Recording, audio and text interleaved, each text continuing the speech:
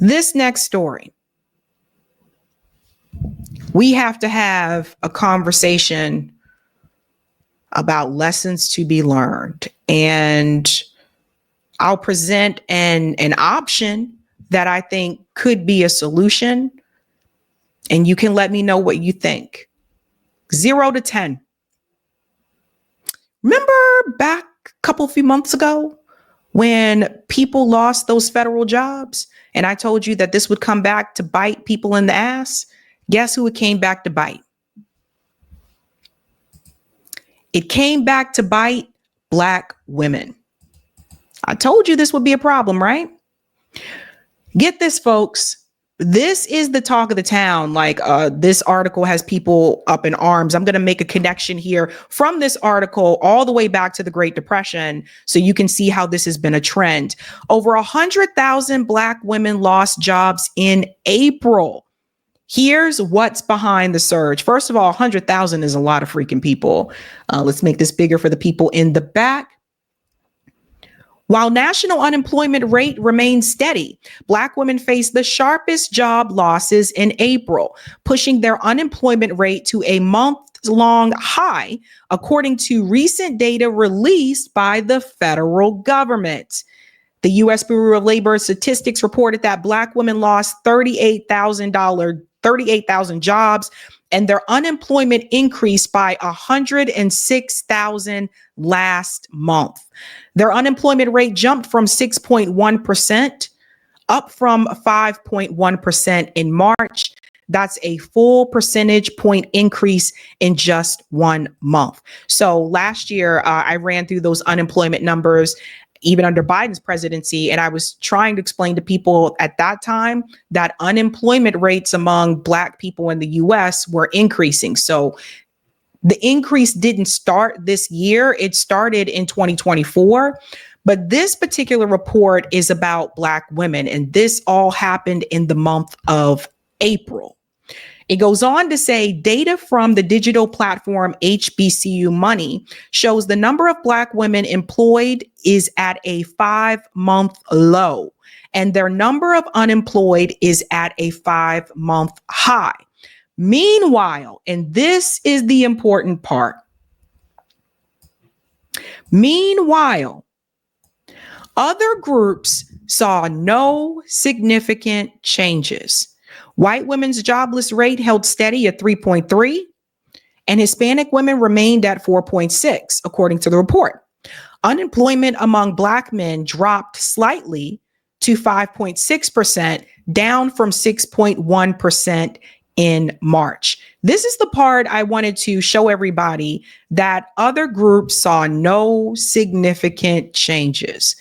And this is exactly why I said before, and I'll continue to say this. This is what happens when you just focus on a class-only analysis. Because if we are just focusing on class, how is it that none of those other groups saw any significant changes? Now, some of this has to do with the federal employed jobs. This is what I was saying about people losing those federal jobs. This is important to the Black community because what people have to know is that back in the day, before all the Civil Rights Act and all that kind of stuff, when Black people were having difficulty finding those jobs through the state or local jobs, the federal government was the one that stepped in and said, we will offer federal jobs to help Black people be able to establish some type of generational wealth. And the numbers still show today, and I'm a living product of this, the numbers still show today that a lot of Black families were able to establish some type of generational wealth and become homeowners by having those federal jobs. When the cuts were made to the federal government with Elon and all his craziness, by the way, he's taken a step back recently, which he needs to just step all the way off. Those jobs that were cut heavily impacted Black Americans because a lot of Black Americans have those federal jobs. But more importantly, Black women. There is a saying that is called last hired, first fired. That saying isn't something that people just throw around. That saying applies to Black women in particular, but Black people, because oftentimes we are last hired, first fired. We'll go into that a little bit more. Let's get back to the article. Overall, the Black unemployment rate rose to 6.3%, continuing a troubling trend. April marked the third month in a row that the number increased. Nationally, unemployment remained unchanged at 4.2. And this is important because it's easy to look at the national unemployment rate and I can say, hey, the unemployment rate hasn't increased, right? So this is how corporate media can change the narrative. If you are media that is pro-Trump, you can easily put up certain data and you can say, look, under Donald Trump, the unemployment rate hasn't increased. But what they won't dive into is the information that I just gave you. If you just look at the national rate, yeah, you could say that, but they're not looking at the rate for Black women and the Black community as a whole. Economists and labor experts opine that the numbers reflect a broader decline in diversity, equity, and inclusion initiatives due to policy changes under the Trump administration. So we have to go back to this again and remember, women, what did I tell you? Women are a part of that, right? So this is why you'll see that for Black men, it shows that their unemployment decreased some, but for Black women, it increased. Remember that women, and especially Black women, you have 2 points. So let me explain what that means. In a hiring process and an admissions process, you get 2 points because you're a woman and because you're Black, whereas a Black man would get 1 point because he's Black.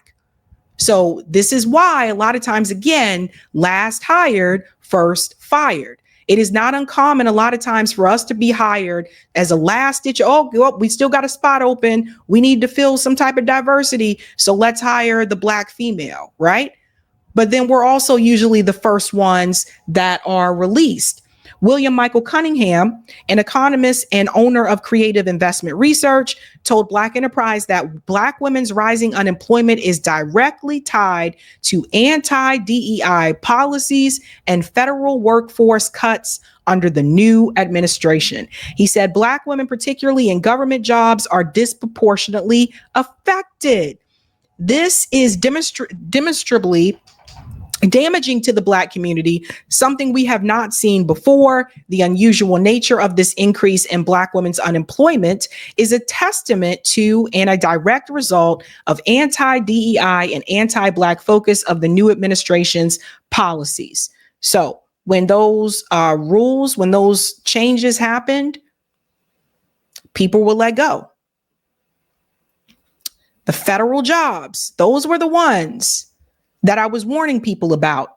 According to Cunningham, the number of Black Americans unemployed rose by 29,000 in April, reaching nearly 1.4 million. He said the labor force also shrank slightly, with 7,000 fewer people counted, as reported by Black Enterprise. April's job report also showed that federal employment fell by 9,000 jobs. Since January, it has dropped by 26,000. Black women have historically held a larger share of federal jobs, meaning these cuts have hit them especially hard. And this is true. I remember graduating undergrad, some of my friends, that was their first job out of college. They got a federal job. There were like some of my friends moved to DC. They got those federal jobs in DC and that kind of helped them. And by the way, those jobs don't always pay much in the beginning, but when you have the federal jobs, like you get like these grade promotions, right? So you can have a job that's like a GS1 or a GS2, like that type of grade, but you know that you'll be able to get promoted. It's a little bit different for those of us that worked in the private sector or those of us that even worked in higher education, because I never got promoted in higher education. If I wanted a higher level position, I had to apply for that job and interview for it. But with those federal jobs, you knew that you could get those promotions, right? Employment in industries like retail and hospitality is also down. Those sectors employ a large number of Black women, which adds to the impact. I want to say something about retail and hospitality. When the economy's not good and people are trying to stretch their money, one of the first things to go is retail and hospitality. One of the first things that people will stop doing when prices are high and they're trying to make money last is that they'll say, I'm not going to go out to eat. We're not going to go out to eat. We're just going to cook at home. That's usually one of the first things to go. And then also retail, like, no, we're not going out buying clothes or shoes or anything like that. And as someone who worked retail, when the store is slow, it's not uncommon for management to say you can go ahead and go home. Sometimes they'll have people leave early unless you were scheduled to close. Same thing with the restaurant.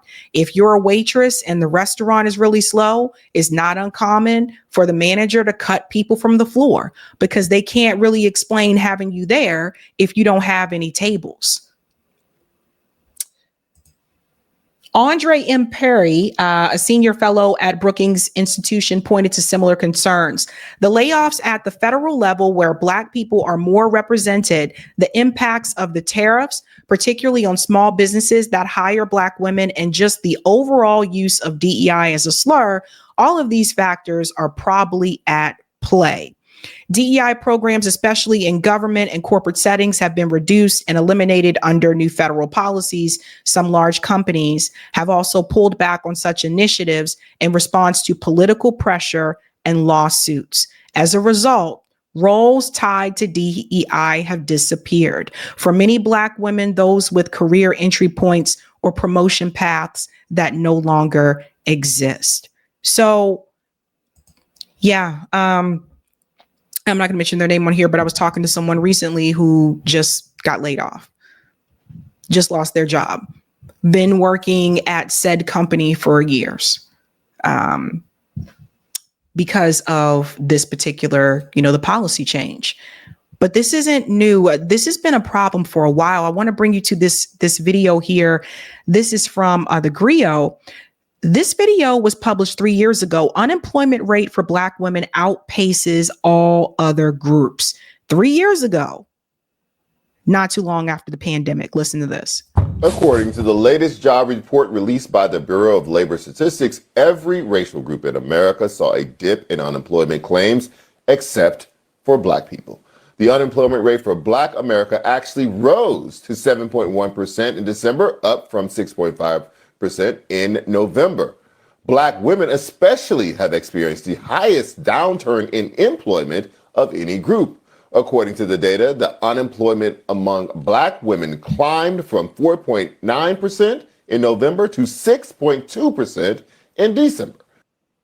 What this shows you, again, 3 years ago, not too long after the pandemic, is that when there are these issues with unemployment, when we have economic issues in the United States, Black people are hit the hardest, in particular, Black women. This is why, and I continue to say this, and you need to spread this to your friends as well. This is why I think it's not good to tell people to just focus on class, because there are certain groups that are hit harder. When there's an economic downturn, data shows that Black people are hit hardest. Not only that, but even after unemployment, it takes us longer to find employment again.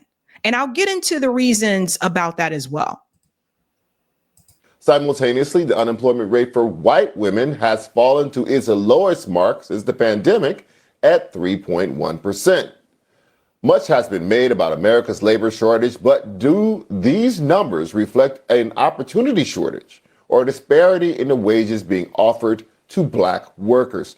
Joining us to discuss is the Dean of the College of Ethnic Studies at California State University at Los Angeles, Dr. Julianne Malveaux.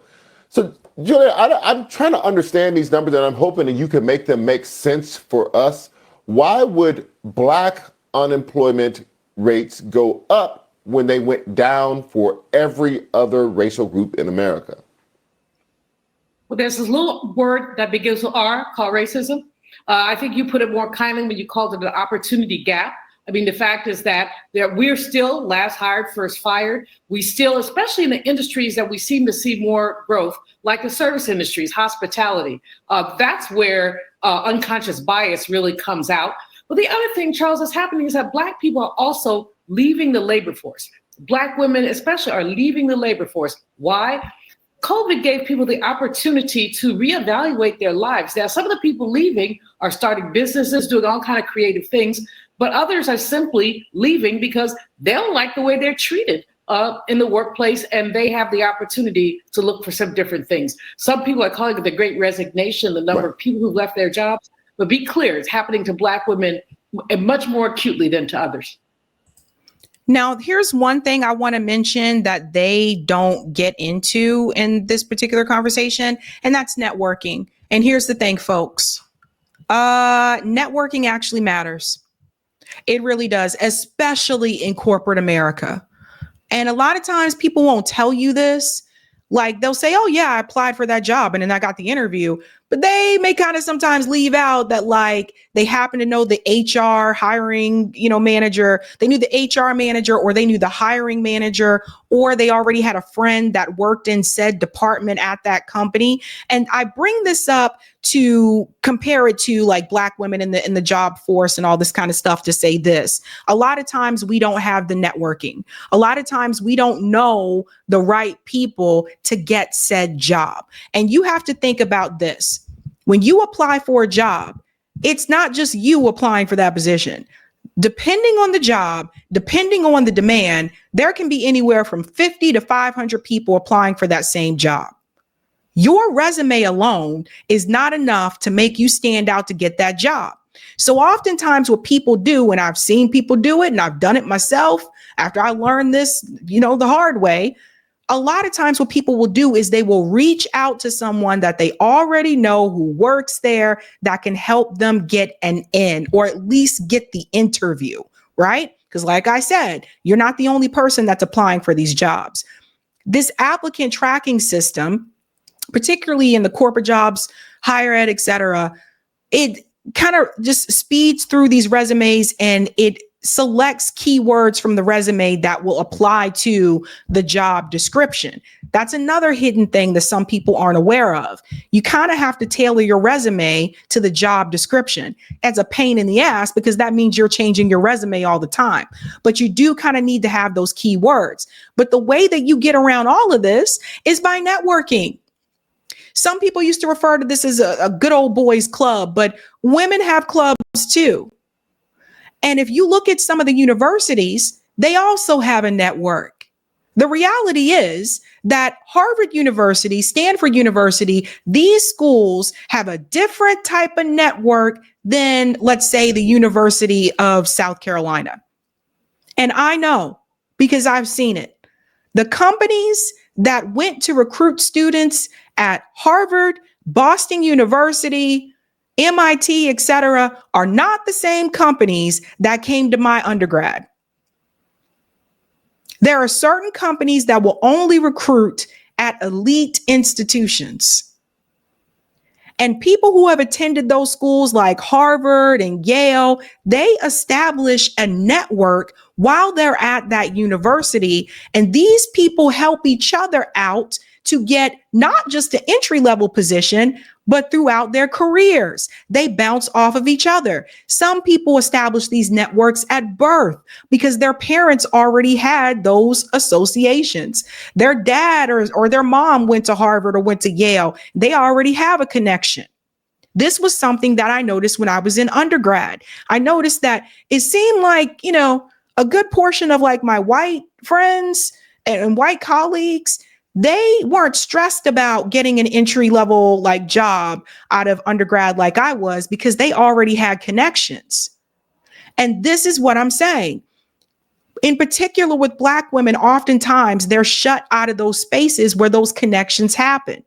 So if you're not attending those elite institutions, or your parents didn't attend those institutions, or you're not a part of the women's club, or how they have like these women's organizations and stuff like that where they help each other out.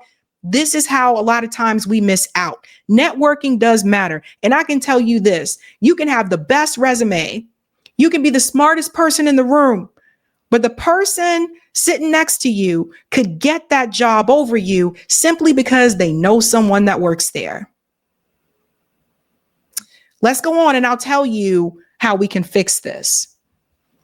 Yeah, but see, that was the confusing thing to me, because I was trying to also understand how the Great Resignation was overlapping with this rise in unemployment rate. But when you leave the market, you're no longer looking for a job. You don't show up in this unemployment rate. So these are people who are actively looking, right? So the two things didn't seem to really dovetail to me. If you were, people are leaving, obviously, as you say, and it is starting a little mini boom of Black-owned businesses, because people are basically starting little businesses out of their homes, or maybe it's just them, maybe it's their family, maybe it's one employee or two. But there's also, seems to be, what these numbers say, is there also Black people coming back into the labor market, looking for jobs and not finding them. No, that's exactly right. That's what's happening. You have a lot of people. First of all, we've known all the economic news. The child tax credit may be going away. This and that may be going away. So there's pressure for people to find work. So they're looking for work because there's pressure for them to find it. They have economic challenges, but the work is not there. You hear about labor shortages, as you say, but these labor shortages are not universal. These labor shortages are shortages basically for those who are favored.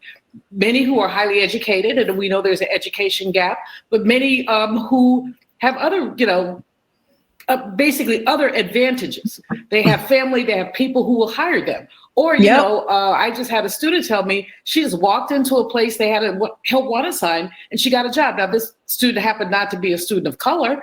It was interesting. Meanwhile, I've told young people, if you see one ad, these little coffee shops have wanted signs, go in. But I don't know to tell them that when it's not clear that racism is gone. The part that she misses in this whole conversation, though, is the networking piece. Like, she doesn't bring that up. She doesn't mention that oftentimes we just don't have the network. We just don't. I mean, come on, guys, like think about this for a second. If you don't know your chances are better if you know somebody working there than if you don't know somebody working there, right?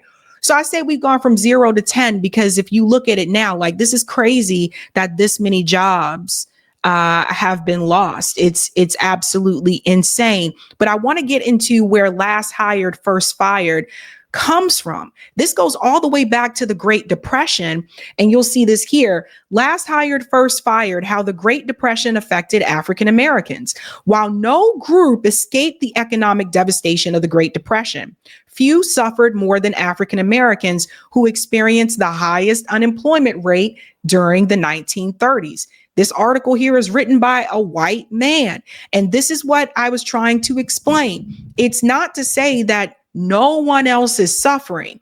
Other people are struggling too, maybe struggling too. But when these things happen, when unemployment takes a hit here in the United States, it impacts the Black community harsher. And it's because of some of the things I told you. Obviously, yes, racism is a factor, but also the networking, the networks, that actually matters. Now, let's go into a little bit of the history here. You can see here's one of the pictures here. Let's go into this part right here. Lasting from 1929 to 1939, the Great Depression was the worst downturn in the industrialized world. While no group escaped the economic devastation of the Great Depression, few suffered more than African Americans. Sad to be last hired, first fired. African Americans were the first to see hours and jobs cut, and they experienced the highest unemployment rate during the 1930s. Since they were already regulated to low-paying professions, African Americans had less of a financial cushion to fall back on when the economy collapsed. This part is key, right? So this is also why it is harder for us when we are unemployed to bounce back like that. When you don't have that economic cushion to fall back on, I mean, you're literally living not just paycheck to paycheck, but the reality is the fact that you just lost your job, you're not going to be able to pay your rent the next month. We didn't have generational wealth. This is another problem that you can attach to this. A lot of us don't have like mom and dad that we can go live with or we can borrow money from until we get back on our feet. These types of things. He goes on to say here, the Great Depression impacted African Americans for decades to come. It spurred the rise of African American activism, which laid the groundwork for the civil rights movement. The popularity of FDR and his New Deal program also saw African Americans switch their political allegiances to become part of the Democratic Party's core voting bloc, right? Which is also interesting because FDR's New Deal snubbed Black people in multiple ways, right? FDR's New Deal was what created redlining. So it's interesting that that's what brought us over to be the core demographic for the Democratic Party, even though it slighted us in many ways. African American unemployment rates doubled or tripled those of whites. Prior to the Great Depression, African Americans worked primarily in unskilled jobs. After the stock market crash in 1929, those entry-level, low-paying jobs either disappeared or were filled by whites in need of employment. According to the Library of Congress, the African American unemployment rate in 1932 climbed to approximately 50%. And now here's something else that I want to bring up, right? They talked about these entry-level, low-paying jobs. Who do you think they have been getting to fill those positions today? I'll let you guess.